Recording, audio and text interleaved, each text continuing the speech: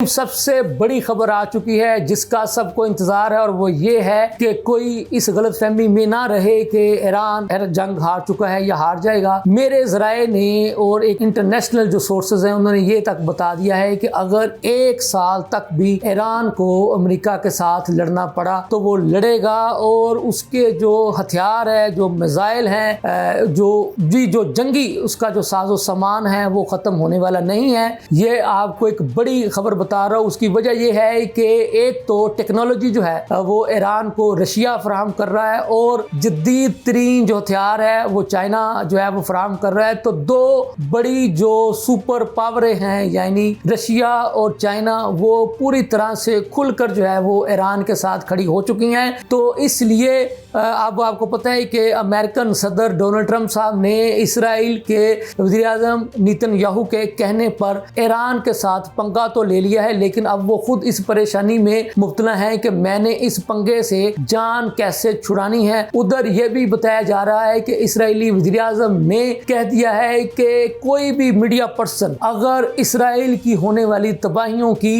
Footages बनाने की कोशिश करे, तस्वीरें बनाने की कोशिश करे, तो ऐसे मीडिया पर्सन को उठाकर जो है वो निशाने इबरत बना दिया जाए। इससे ये बात आप अखज़ कर सकते हैं कि कितने बड़े पैमाने पर ईरान जो है वो इसराइल का नुकसान जो है वो कर रहा है। और दूसरी बड़ी जो अच्छी खबर है वो ये है कि अब ईरान ने वाज़े कर दिया है कि वो किसी भी हमसाया ममालिक के खिलाफ जो है वो हमला नहीं करेगा। तो उसके बाद जो हमसाया ममालिक हैं यानी कतर, कुवैत, दुबई, बहरीन, यहाँ पर खुशी की लहर दौड़ चुकी है। ये भी आपको बताता चलूँ कि दुबई में जब जो एयर बेसिस जो कि अमेरिका के ज़ेर इस्तेमाल थे तो उस पर जब ईरान ने हमले किए तो दुबई में जो बिज़नेस कम्युनिटी के लोग हैं, मेरे बहुत सारे जानने वाले हैं ज़ाती तौर पर, तो उनका ये कहना था कि उनका बिज़नेस जो है वो ठप होकर रह गया था। स्पेशली वो लोग जो कि बुर्ज खलीफा के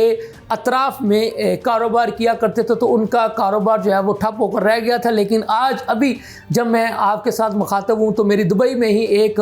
बड़े बिजनेसमैन के साथ बात हुई तो उन्होंने बताया कि नहीं, अब जो है हालात जो है वो मामूल पर आ चुके हैं। तो जब से ये ईरान ने ये ऐलान किया है कि मैं किसी भी हमसाया ममालिक पर अब जो है वो हमला नहीं करूँगा, तो उसके बाद हालात मामूल पर आ चुके हैं। नहीं तो एक गार्डियन ने भी एक रिपोर्ट शाया की थी। गार्डियन आपको पता है कि एक इंटरनेशनल अखबार है, एक बड़ा अखबार है, तो उसने भी ये खबर शाया की थी कि अगर दुबई पर इसी तरह से जो है वो ईरान के जवाबी हमले जारी रहे तो दुबई में जिन लोगों ने अरबों डॉलर की सरमायाकारी की थी तो वो फिर वहाँ से शिफ्ट होने के बारे में सोच रहे थे और वो सोच रहे थे कि वो सिंगापुर जो या थाईलैंड या यूरोप के किसी मुल्क में चले जाएं। लेकिन अब चूँकि ईरान ने वाज़े कर दिया है कि वो हमसाया ममालिक पर जो है वो हमले नहीं करेगा, तो उसके बाद दुबई के हालात भी मामूल पर आ चुके। मैं बात कर रहा था कि ईरान के पास इस कदर एटमी टेक्नोलॉजी आ चुकी है, इस कदर एटमी हथियार आ चुके हैं, इस कदर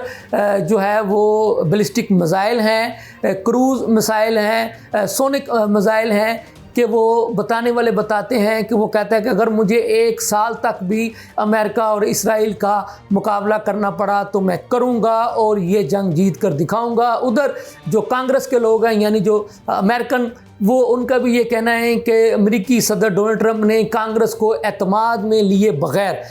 ईरान के साथ ये जंग छेड़ी है, ये पंगा तो ले लिया है। अब वो कांग्रेस के लोग भी ये बताते हैं, ये कह रहे हैं कि अमेरिकी सदर डोनाल्ड ट्रंप जो है वो बड़ी बुरी तरह से ईरान के साथ पंगा लेकर फंस चुके हैं, क्योंकि उनका ये ख्याल था कि शायद ईरान जो है वो एक हलवा है तो जनाब ये उसको बहुत जल्द जो है वो मलिया मेट कर लेंगे और जो इनका जो प्लान है कि ये रजीम चेंज जो है वो करके आएंगे। तो ये अमेरिकन जो सदर हैं डोनाल्ड ट्रंप साहब, उनका ये प्लान जो है वो उनको जो है वो पूरा होता हुआ दिखाई नहीं दे रहा। उन्हें इस बात का अंदाज़ा ही नहीं था कि इतनी बड़ी मज़ाहमत जो है वो ईरान की तरफ से उन्हें जो है वो देखने को मिल सकती है। और ये मज़ाहमत क्यों है, सबसे पहली बात जो है वो आपको पता है कि ईरान का जोश और जज्बा वो आपने देख लिया है। इससे पहले भी जब जिन जिन लोगों ने उनके साथ पंगा लेने की कोशिश की थी, तो आपने देखा था कि उस वक्त भी उनका जोश और जज्बा जो है वो अरूज पर था, और अब भी उनका जोश और जज्बा अरूज पर है। लेकिन अब अल्लाह ताला की गायबी इमदाद के साथ साथ दो बड़ी जो दुनियावी तौर पर सुपर पावर्स हैं, यानी रशिया और चाइना, वो खुलकर जो है वो ईरान की मदद कर रही हैं। रशिया जो है वो अपनी टेक्नोलॉजी जो है वो दे रहा है ईरान को, और इसी तरह से आपको पता है कि चाइना, जिसके बारे में मैंने आपको पहले भी बताया था कि चाइना के पास तो ऐसे हथियार हैं, ऐसे जो है वो एटमी ताकत है चाइना कि वो हाइड्रोजन बम,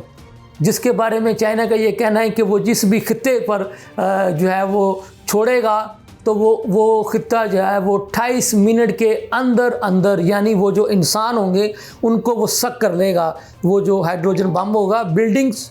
इमारतें, स्ट्रक्चर जो है वो वैसे का वैसे ही खड़ा रहेगा। इसी तरह से चाइना के पास ऐसी ड्रोन टेक्नोलॉजी भी है कि जो कि ज़ेरे ज़मीन जो पानी जो होता है वहाँ पर भी जो है वो अगर वो इस्तेमाल करना चाहे तो वो कर सकता है। इसी तरह से रशिया, आपको पता है, वो भी एक अपनी तरह का एक बहुत बड़ी सुपर पावर है। तो जब ये दो बड़े ममालिक, दो बड़ी सुपर पावर्स यानी रशिया और जो चाइना है, जो खुलकर जो है वो इस वक्त ईरान के साथ खड़े हैं, और उससे पहले जो है वो अल्लाह ताला की गायबी जो इमदाद है वो भी ईरान के साथ है। तो इस सूरत हाल में मैं आपको ये बात बड़ी ज़िम्मेदारी के साथ बता रहा हूँ कि अमेरिका, इसराइल, ईरान से पंगा लेने के बाद बड़ी बुरी तरह से फंस चुका है, और अब अमेरिकन और इसराइल को वापसी का रास्ता नहीं मिल रहा, और ईरान ने इनकी जो तबाहियाँ मचाई हैं तो वो उसको छुपाने के लिए भी अब ये अपनी पूरी ताकत का इस्तेमाल कर रहे हैं। और इन्होंने कह दिया है कि हर किस्म के गैर मुल्की मीडिया को कि कोई भी इसराइल में होने वाली तबाही की अगर कवरेज करता हुआ दिखाई दे तो उसको निशाने इबरत बना दिया जाए। ये थी अब तक की ताज़ा तरीन सूरत हाल। इसके साथ ही मुझे इजाज़त दें। अल्लाह हाफ़िज़।